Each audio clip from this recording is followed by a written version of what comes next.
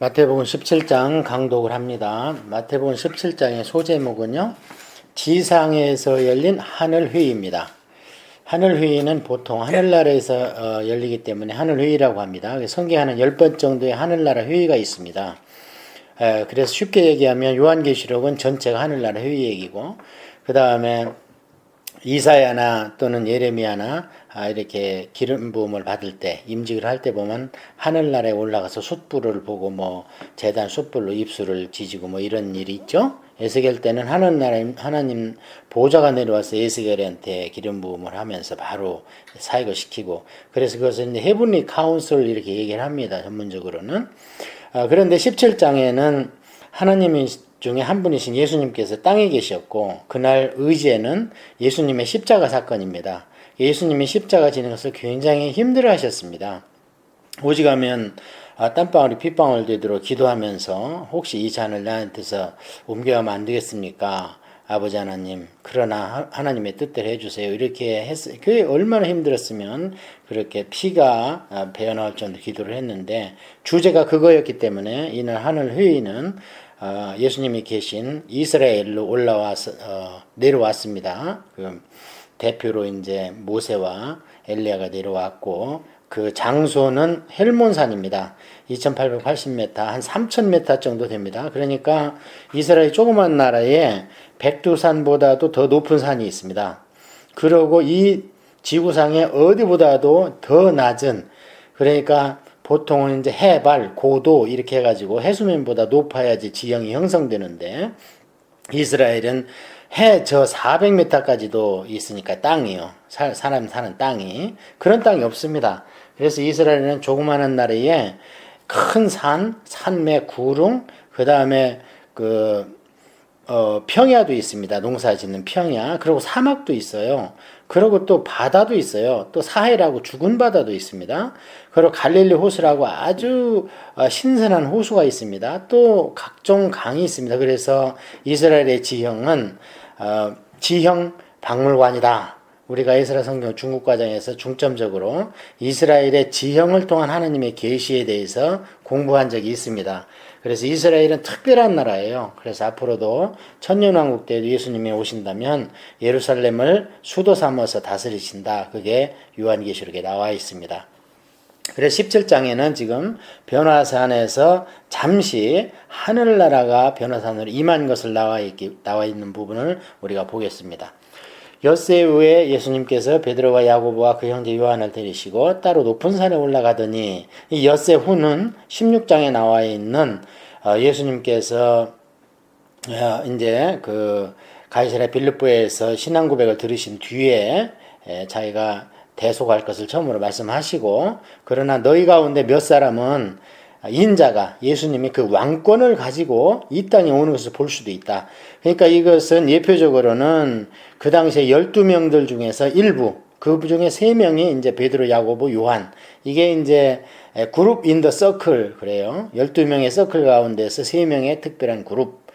그래서 이 사람들은 볼 것이고, 이제 이것이 나중에 확대돼가지고 요한계시록 가서는요, 인자가 왕권을 가지고 오는 재림 현장을 모두가 봅니다. 찌른 자도 봅니다. 2000년 전에 예수님을 찌른 자도 그때 영이 다시 무덤이 열려가지고 일어나서 산자나 죽은 자나 다 일어나가지고 예수님 앞에서 백보자 심판을 받는데 그때 봅니다. 그러니까 이것은 이제 시공이 초월되는, 다시 시공의 이런 3차원의 세계가 4차원 영적 세계로 다시 환원되는 그런 모습이기 때문에 지금 우리의 입장으로 이해하면 안 되죠. 그래서 그런 현상이, 영적 현상이 이제 일어났습니다.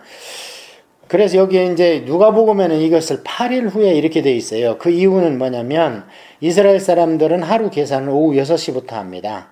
그러니까 안식일이 금요일 날 저녁 6시부터입니다. 사실은.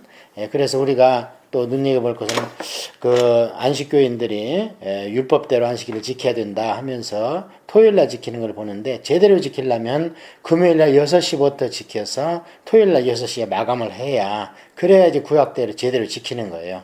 저는 뭐 제대로 지키라는 얘기가 아니고, 그렇게 율법을 중시한다면 율법대로 해야 된다, 그것을 얘기하는 겁니다.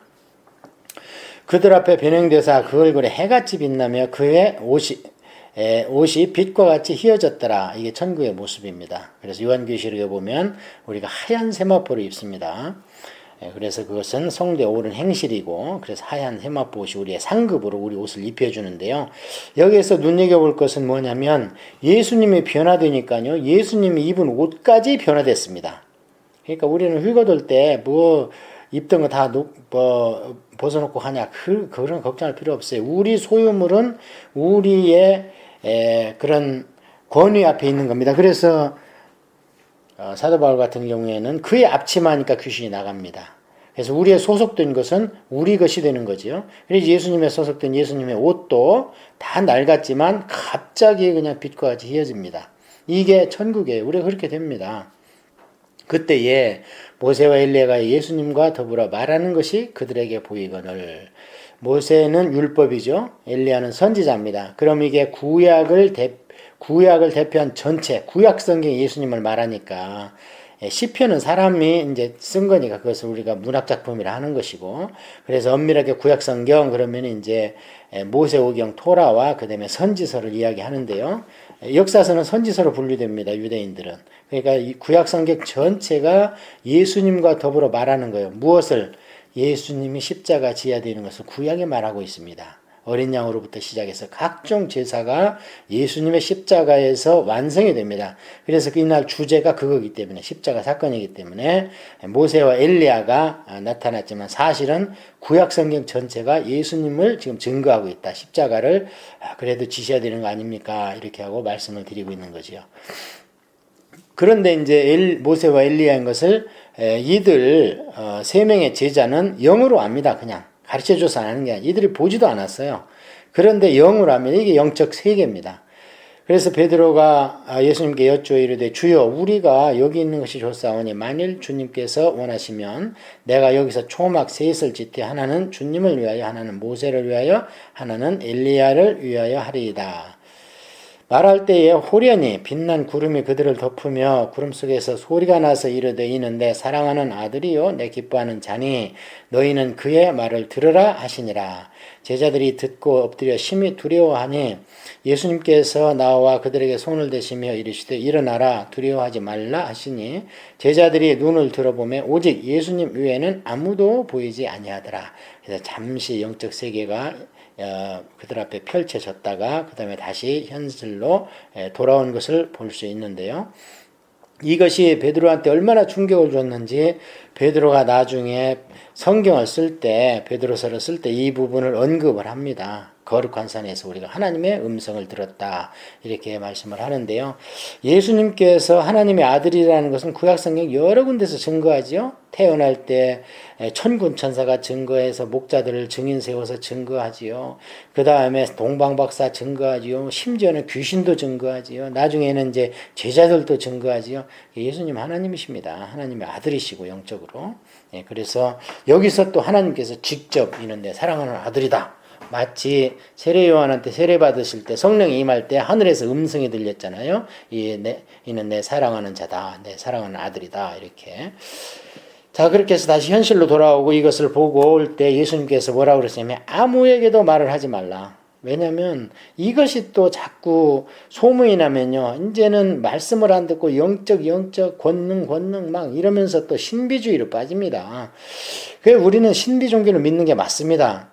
그러나 이성을 갖고 있는 한은 이성을 갖고 있는 이 세상 사람들을 우리가 상대해서 전도해야 되기 때문에 너무 영적, 신령적 이러면 안 됩니다. 그건 우리 자신 안에 있는 것이고 나중에 장차 그 세계 안에 우리가 살 것이고 우리는 지금 육신 가운데 속해 있는 사람들을 구해야 되기 때문에 무엇보다도 그들에게 거듭나게 할 수 있는 무기는 말씀입니다. 그래서 예수님께서 이때에도 이 본고에는 아무에도 얘기하지 마라 했는데 이제 나중에 보면 얘기한 것 같아요. 왜냐면 나중에 우리가 쭉 공부하다 보면 이 일 뒤에 베드로가 또 잘난 척합니다. 누가 세냐 이러면서 우리는 변화산에도 갔다 왔다 이런 얘기를 한 것 같아요. 바로 사건 뒤에 누가 높으냐 따지는 것을 봤을 때에. 하여튼 예수님께서는 많은 어려움 가운데에서도 이렇게 사역을 하시니라고 참 힘드셨겠어요. 그들이 산에서 내려올 때에 예수님께서 명하여 이르시되 인자가 죽은 자 가운데에서 살아나기 전에는 본 것을 아무에게도 이르지 말라 하시니 왜냐하면 얘기해봐야 안 믿을 사람들은 바리새인 이런 사람들은 절대 그런 거 있을 수도 없는 일이니 말도 마라 이럴 것이고 또 이 제자들은 너무 신비한한테 우리도 좀 보여주세요 하고 못 살게 예수님 막 쫄을 거니까 그 사역에 방해됩니다. 그래서 아무 말도 하지 마라. 그러나 이제 죽은 자 가운데서 부활할 때는 어차피 영적인 세계가 또 말로 설명할 수 없는 신령한 일이 일어났기 때문에 그거는 이제 그때 가면 이 모든 것을 이해하기를 해도 이제 이해를 할 것이다.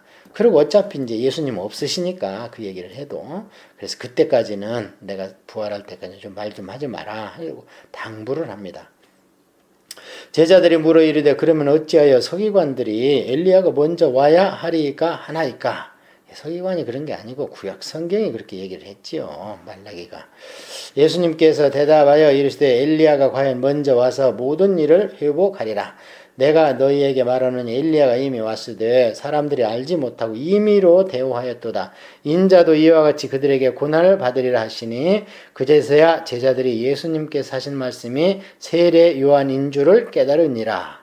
이미 말씀을 했잖아요. 예수님이 세례 요한의 제자들이 와서 감옥에 있는 세례 요한이 물어보는데 당신이 정말 메시아 맞습니까? 그랬을 때 그들이 간 뒤에 맞다 그렇게 얘기를 했는데도 또 제자들이 그러면은 누굽니까? 하고 또 얘기를 이렇게 묻습니다. 이렇게 참 예수님께서도 삼시세판 알아들을 때까지 설명을 해 주십니다. 그래서 여기도 보면 엘리야가 온 게 아니죠. 그래서 엘리야의 성정을 가진 자가 온 거죠, 사실은.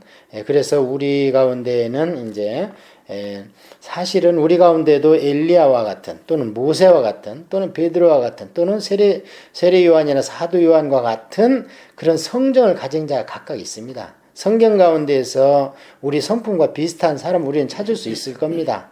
그래서 이런 것도 그런 맥락에서 이제 이해를 해야 되는 거고, 그래서 목회자한테 가장 중요한 것은 무엇보다도 선지자의 영을 받아서 말씀을 바로 깨닫고 바로 성령님 이 선지자에게 말씀을 줄 때 역사하신 성령님이 그 말씀을 이제 읽고 연구하고 설교할 때에 그 목회자한테 같이 충만하게 임하셔야 그 말씀이 그대로 풀어지는 거죠. 그리고 들을 자도 이제 이사야서에 보면 듣는 귀, 학자의 귀를 허락해 주셔야 이제 성경 말씀이 제대로 들리는 거예요. 자, 그래서 여기서 이제 엘리야와 그런 세례 요한의 같은 성정이다 이렇게 이해를 해야 되는 것이지 뭐 엘리야가 다시 부활한 것은 아닙니다. 자, 이렇게 해서 변호사 사건은 이제 끝나서 지상의 하늘 회의는 일단락이 됐는데요. 이제 내려오니까 이제 나머지 예수님과 수제자가 없는 나머지 제자만 밑에 있을 때 어떤 일이 일어났는가 보면 귀신을 하나 못 이겨가지고 이제 아주 씨름을 하고 힘들어하는 부분이 나옵니다. 그들이 무리에게 이름에 한 사람이 예수님께 와서 꿇어 엎드려 이르되 주여 내 아들을 불쌍히 여기소서. 그가 간질로 심히 고생하여 자주 불에도 넘어지며 물에도 넘어지는지라.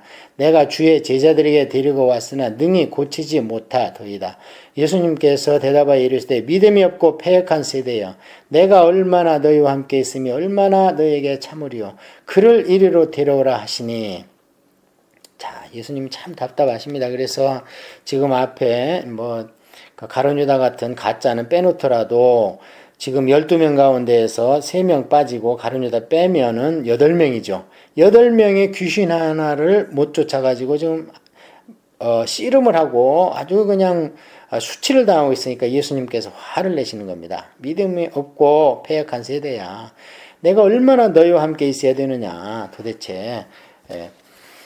그래서 이제 한 1년 있으면은 예수님이 떠나야 되는데 아직도 참 이성적으로는 가이사랴 빌립보에서 믿음의 신앙은 고백을 받았지만 아직 성령이 충만하지 않기 때문에, 왜냐하면 성령님 이들에게 일하시는 성령님, 능력의 성령님이 충만하게 임할 수가 없었잖아요. 아직. 왜냐하면 예수님께서 완전한 대속을 이루시기 전이라. 그런데 이제 예수님이 함께 있을 때는 제자들이 귀신을 쫓습니다. 왜냐하면 예수님이나 성령님이나 함께 있는 임마누엘 했을 때는 동일한 효과가 나기 때문에 오늘날은 우리가 예수님하고 함께 있을 수 없지요. 예수님의 영이신 성령님과 함께 있어야 되는 거지요. 그래서 우리는 성령 충만을 해야 귀신한테 이런 부끄러움을 안 당하는 겁니다. 이에 예수님께서 꾸짖으시니 귀신이 나가고 아이가 그때부터 나으니라. 예, 이 귀신 들린 현상에 불에도 물에도 넘어뜨리고 그 거라사 귀신 들린 놈도 그러죠. 예, 이 귀신은 하여튼간에 사람의 몸을 들어와서 운전대 삼아가지고 못된 짓을 하기를 원합니다. 그래서 그 사람을 망가뜨리고 그 사람을 사랑하는 가족들을 망가뜨리고 그리고 가족과 관계에 있는 외가와 친가, 시가, 형제들 가정을 다 망가뜨리고 이게 이제 월풀 효과를 노린다 이렇게 저는 이야기를 합니다. 귀신이 와가지고 처음에 소용돌이를 조금 일으키다가 그것을 억제하지 못하고 견디지 못하면 주변에 있는 사람이 그 소용돌이에 다 휘말려가지고 전부 무대기로 지옥으로 끌고 가는 게 이 나쁜 놈의 전략이거든요. 그런데 귀신이 이제 예수님 앞에서는 꼼짝 못하고 쫓겨납니다. 이때에 제자들이 조용히 예수님께 나와 이르되 우리는 어찌하여 쫓아내지 못하였나이까. 이랬을 때 너희 믿음이 작은 까닭이라. 진실로 너희에게 이르노니 만일 너희에게 믿음이 겨자씨 하나만큼만 있어도 이 산을 명하여 여기서 저기로 옮겨지라 하면 옮겨질 것이요 또 너희가 못할 것이 없으리라. 21절 없음 그려놨는데 여기에 이제 다른 복음서에는 기도와 금식이 아니면 이런 유가 나가지 아니한다 이렇게 기록을 해놨죠. 그래서 기도와 금식은 이런 유가 아니면 귀신을 쫓아낼 수가 없다. 그러니까 머리로 공부만 해서는 안 된다. 그래서 후대에 아마 최초 원문에는 없었던 것 같습니다. 근데 후대에 우리 교부들이 이런 것에 대해서 믿음이 적은 까닭이다 이렇게 해놓으니까 그러면 어떻게 믿음 올릴 수 있습니까? 이렇게 이제 교부들이 생각한 것 같아요. 초대교회 시대에. 근데 그때 교부들은 믿음을 키우기 위해서는 반드시 금식을 했습니다. 그리고 수도원이나 이런 데 가서 기도를 일삼았어요. 그런 자들은 능력이 나타났던 것 같습니다. 그러니까 믿음을 키우는 지름길은 기도와 금식이다. 그것만이 영적 전쟁에서 능력이 나가는 것이지 성경을 100번 읽고 달달달 외운다고 해서 이게 나가는 게 아니다. 이런 것을 교부들이 거기에다가 괄호 속에다가 기록을 해 놓았습니다. 갈릴리에 모일 때 예수님께서 제자들에게 이르시되 인자가 장차 사람의 손에 넘겨져 죽임을 당하고 제3일에 살아나리라 하시니 제자들이 매우 근심하더라. 두 번째 지금 얘기하는 거지요. 그래서 제자들이 갈릴리에서 이제 어떤 티타임이나 또는 뭐 식사를 하는 이런 시간이었던 것 같아요. 그래서 시간이 좀 짬이 나니까 사람들이 없을 때 당신께서 다시 한번 내가 십자가를 지고 3일에 사해야 될 것 같다. 변화산에서도 그것을 하나님 아버지께서 할 수 없이 너희들 죄 때문에 그 길밖에 없다고 또 나에게 말씀하셨다. 그래서 또 한번 이야기를 합니다. 그런데 근심하지요.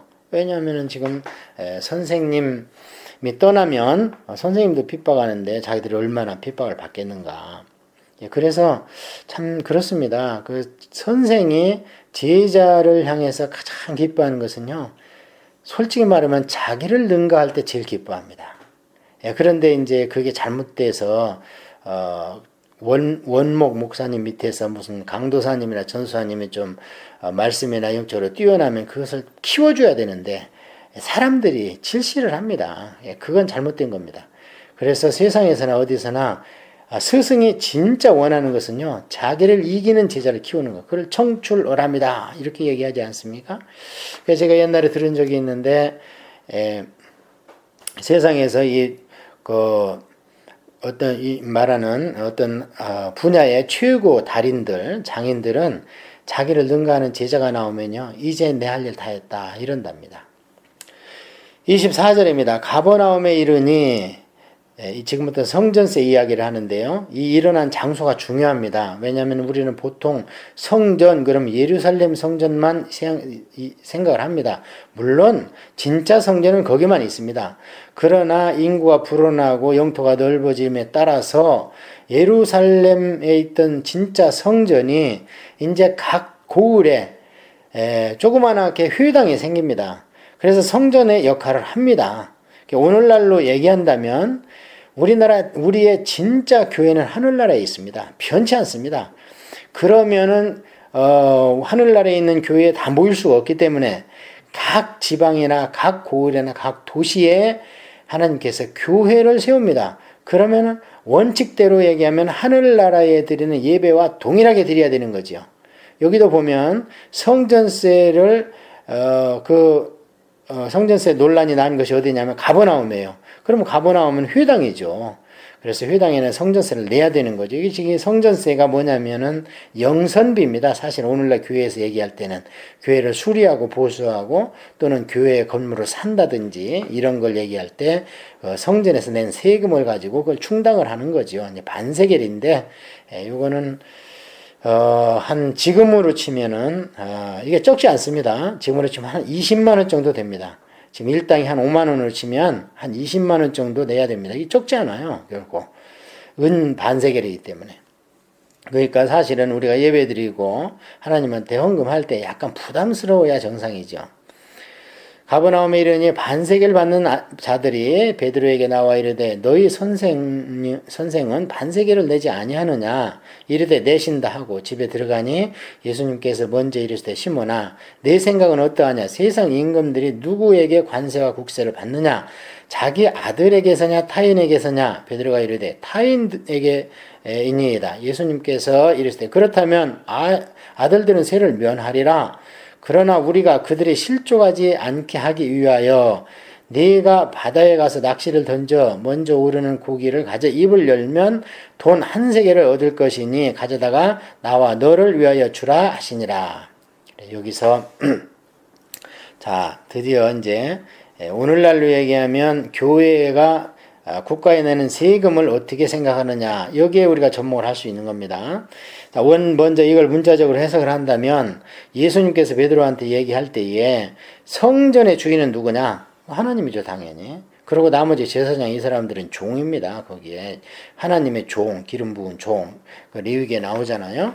그러면은 하나님이 성전의 주인이고 모든 받는 그 성전세의 소유권이 하나님한테 간다면 그 아들은 돈을 낼 필요 없죠. 어차피 아버지께 아들 거니까 아들이 내봐야 아버지가 주는 거니까 그 돈이 돌고 도는 거니까 낼 필요가 없는 거지요. 그리고 이게 그 말씀입니다. 지금 베드로야 내가 하나님의 아들인데 내가 아버지한테 돈을 낼 필요가 있느냐. 그러니까 낼 필요가 없다는 겁니다. 원래. 그래 오늘날 이제 교회에서 목회자들이 세금을 내야 되느냐 말아야 되느냐 했을 때에 그들이 얘기하는 첫 번째 이유는 성도가 이미 낸 세금으로 교회에 헌금을 한 것이니 나는 낼 필요가 교회는 세상에 돈을 낼 필요가 없다 이렇게 이야기를 하는데 그건 아주 잘못된 생각이죠. 구약에는 그렇게 생각할 수 있습니다. 왜냐하면 구약에는 재정일치입니다. 곧 교회가 곧 국가였고 국가가 곧 교회였고 지도자가 곧 모세나 대제사장이나 이런 하나님께 위임을 받은 자들이었습니다. 그러나 이것은 예수님께서 부활하고 승천하시고 성령님 오시고 난 뒤에 그런 세대는 갔습니다. 이제 그 모든 것은 교회로 영적 단체로 갔고 기타 세상 정부는 이제 적그리스도에게 넘겨져 가지고 이제 일반 정부로 갔습니다. 좀 그렇지 않습니까? 그렇기 때문에 이제 이것을 우리한테 그대로 접목하면 안 됩니다. 우리는 오히려 어디에 설득을 당해야 되냐면 27절에 그들이 실족하지 않게 하기 위하여 예수님께서는 안 내도 되는데 만약에 그것을 구실 삼아서 이들이 하나님을 멸시하거나 나를 멸시하거나 성전을 멸시하면 어떡하겠느냐. 그래서 이 조그마한 일 가지고는 우리가 그냥 양보하자. 이렇게 이야기를 한 겁니다. 예수님인데 근데 우리는 지금 재정일치 시대도 아니고 신정국가 시대도 아니고 그런데도 불구하고 세상에다가 그렇게 의무를 국가가 준 의무를 피한다고 하면 옳지 않습니다. 하나님께서는 그런 것을 원치 않습니다. 그렇게 시도를 하려고 마지막 했던 게 어디냐면 칼빈의 제네바라든지 쯔빙글의 스위스요. 그 어디입니까? 그 정도였지. 지금 그렇게 생각하면 전혀 옳지 않습니다. 지금 우리가 영적인 것은 영적인 것으로, 세상적인 것은 세상적인 것으로, 하나님께서는 하나님께, 가이샤께는 가이샤 것은 가이샤께 돌리는. 그래서 성경 여러 군데에서 국세, 관세 다 내버려라 이렇게 얘기하는 것이지 그걸 가지고 어떻게 내지 마라 이렇게 얘기한 적이 없습니다. 사도 바울을 통해서 하나님께서. 그래 이런 것을 우리가 그냥 교훈 삼고 17절에서 우리가 중요시 여겨야 될 것은 우리는 어차피 영적인 것을 추구하는 자들이기 때문에 이 땅의 것은 조금 양보할 수도 있고 이런 교훈이 있다고 우리가 볼 수 있습니다.